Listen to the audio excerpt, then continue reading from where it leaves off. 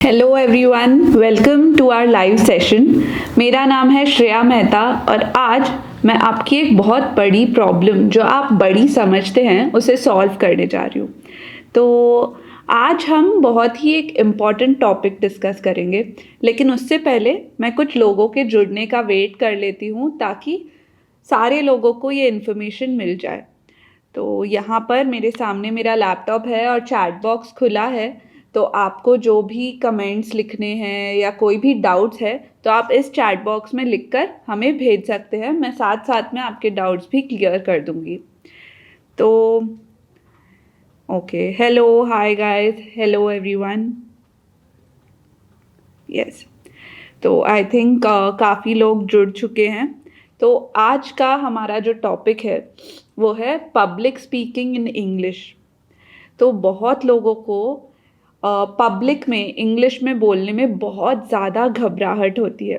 लोगों को लगता है कि कुछ लोगों में इनबॉर्न टैलेंट होता है पब्लिक के सामने बात करने का, और कुछ लोगों में बिल्कुल भी नहीं होता, वो बहुत शर्माते हैं या घबराते हैं।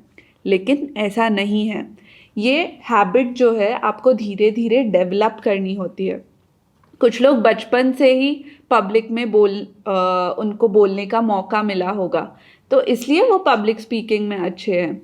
तो आप धीरे धीरे अगर कुछ चीज़ों का ध्यान रखेंगे और ये हैबिट डेवलप करते रहेंगे तो आप भी पब्लिक स्पीकिंग में मास्टर बन सकते हैं। ऐसा नहीं है कि आपको शुरू से ही पब्लिक स्पीकिंग में अच्छा होना है।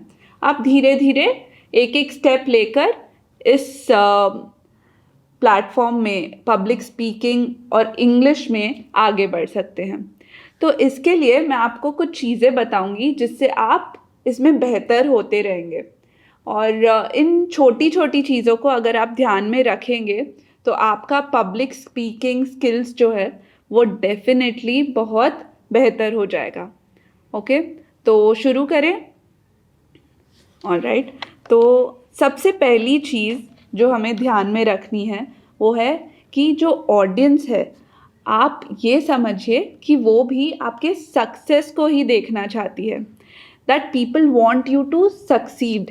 ऐसा कोई नहीं है जो चाहेगा कि हाँ इसका स्पीच अच्छा ना जाए। हर कोई चाहता है कि आप अच्छा करें। तो अगर आप अपने ऑडियंस को अपने फ्रेंड्स और एलाइज जैसे समझेंगे, अपने समझेंगे और फिर बात करेंगे पब्लिक में, तो आपको कभी कोई प्रॉब्लम नहीं होगी। लोगों को भी यही चाहिए, वो लोगों को सुनना बहुत पसंद होता है कि सामने वाला क्या बोल रहा है। तो हर कोई यही चाहेगा कि आप अच्छा बोले ताकि उन्हें सुनने को मिले।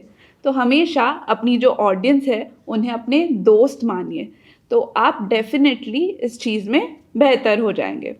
ओके, तो अगली चीज़ जो आप कर सकते हैं वो है जो आपके दिमाग में चल रहा है उससे आप डायरेक्टली बात करिए। मतलब आपके जो थॉट्स है वो डायरेक्टली वर्ड्स में लाइए। ऐसा मत कीजिए कि आप एक स्क्रिप्ट बना के रख रहे हैं और वो स्क्रिप्ट को रीड किए जा रहे हैं। ऐसा करने से ऐसे लगेगा कि रटा रटाया या फिर जो लिखा हुआ है वो बस बोल रहे हैं। तो उससे ऑडियंस को मज़ा भी नहीं आएगा, ना ही आपकी पब्लिक स्पीकिंग उभर के आएगी। तो उसके लिए आपको क्या करना चाहिए, छोटे छोटे पॉइंट्स आप बना सकते हैं कि आपको किस बारे में बात करना है, लेकिन उन पॉइंट्स के बारे में आपके दिमाग में जो चल रहा है आप तब का तब वो सेंटेंसेस बनाइए और तब का तब बोलिए। इससे आपकी मिस्टेक्स ज़रूर हो सकती हैं, लेकिन इन मिस्टेक से ही आपको सीखने को मिलेगा। तो इसमें कोई प्रॉब्लम नहीं है कि अगर आप कुछ छोटी छोटी मिस्टेक्स करें, लेकिन अगर आप नेचुरली बोलेंगे तो लोगों को भी मज़ा आएगा। ऑलराइट, तो ये था हमारा दूसरा टिप। फिर आप क्या कर सकते हैं, जैसा कि मैंने कहा, प्रिपेयर स्पीकिंग नोट्स। तो आप छोटे छोटे नोट्स बनाकर रख सकते हैं, और ऐसा नहीं है कि आपको हाथ पे लिखना है। आप कुछ ऐसे कार्ड्स लेकर जा सकते हैं जिसमें छोटे छोटे नोट्स लिखे हुए हों, तो वो बहुत एलिगेंट भी लगेगा, अच्छा भी लगेगा, और आपको बोलने में हेल्प भी होती रहेगी। जब आप प्रैक्टिस कर रहे हो, कुछ चीज़ हो जो आपको याद नहीं हो रही हो, तो वो आप उन कार्ड्स में या नोट्स में लिख कर रख सकते हैं ताकि वो आपको अच्छे से याद हो। आप मिस आउट ना करें कोई पॉइंट।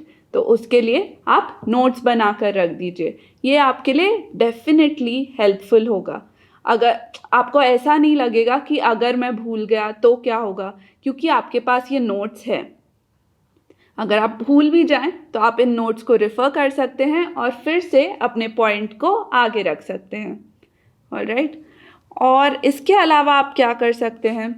इसके अलावा आपको ये देखना चाहिए कि आपकी ऑडियंस है कौन। You should know your audience. तो अगर आप एक टाइप की ऑडियंस, सपोज आप बच्चों से बात कर रहे हैं, तो उनके रिलेटेड चीज़ों के बारे में बात करके अपना स्पीच बनाइए। अगर आप कुछ ऐसे लोगों से बात कर रहे हैं जिनकी सेकंड लैंग्वेज भी इंग्लिश है, तो आप अपने एक्सपीरियंसेस बताते हुए, अपने बारे में बताते हुए उनसे बात कीजिए। तो आप अपने ऑडियंस के हिसाब से अपना कंटेंट बनाइए कि आप क्या बोलेंगे। फिर है स्पीक स्लोली एंड क्लियरली। आपको हमेशा धीरे धीरे बात करना चाहिए और क्लियरली बात करना चाहिए। अगर आप फटाफट बोलें तो आपको बोलने में भी कन्फ्यूजन होगा और सुनने वाले को भी कन्फ्यूजन होगा।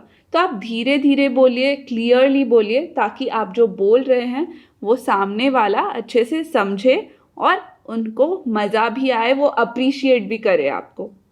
तो इसके लिए आपको धीरे और क्लियरली बोलना बहुत ज़रूरी है। और एक चीज़ आपको ध्यान में रखनी चाहिए कि लोगों को स्टोरीज़ बहुत पसंद है। अगर आप कोई भी पॉडकास्ट या ये टेड टॉक्स वगैरह देखते होंगे, हमेशा वो एक स्टोरी से स्टार्ट होती है। लोग अपना कुछ एक्सपीरियंस बताते हैं या एक फ़नी स्टोरी के बारे में बताते हैं।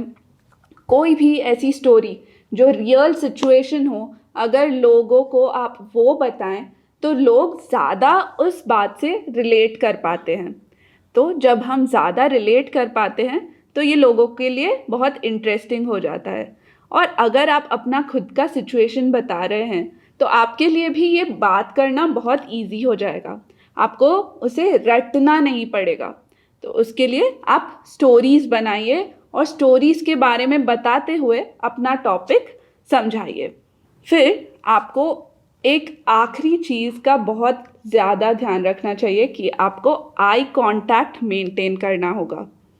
ऐसा नहीं है कि अगर आप स्टेज पर हैं, you are just looking down and talking. अगर आप नीचे देखकर बात कर रहे हैं या हवा में देखकर बात कर रहे हैं तो लोगों को लगेगा पता नहीं किससे बात की जा रही है। आप लोगों की आंखों में देखकर उनसे बात कीजिए। उनके रिएक्शन से भी आपको पता चलेगा कि आपकी स्पीच कैसे जा रही है, लोगों को समझ में आ रहा है या नहीं। अगर लोगों को समझ में आएगा तो वो नॉड करेंगे या हंसेंगे या कुछ ना कुछ कहेंगे। तो इसके लिए आपको आई कांटेक्ट मेंटेन करना बहुत ज़रूरी है ताकि आपका कम्युनिकेशन अच्छे से हो ऑडियंस के साथ। तो इन छोटे छोटे टिप्स को अगर आप फॉलो करेंगे तो आप पब्लिक स्पीकिंग में बहुत अच्छे हो जाएंगे। अब जैसे हम हिंदी में बात कर रहे हैं तो हिंदी में ही हमें पब्लिक स्पीकिंग में बहुत डिफ़िकल्टी होती है, राइट? बहुत लोगों को डर लगता है।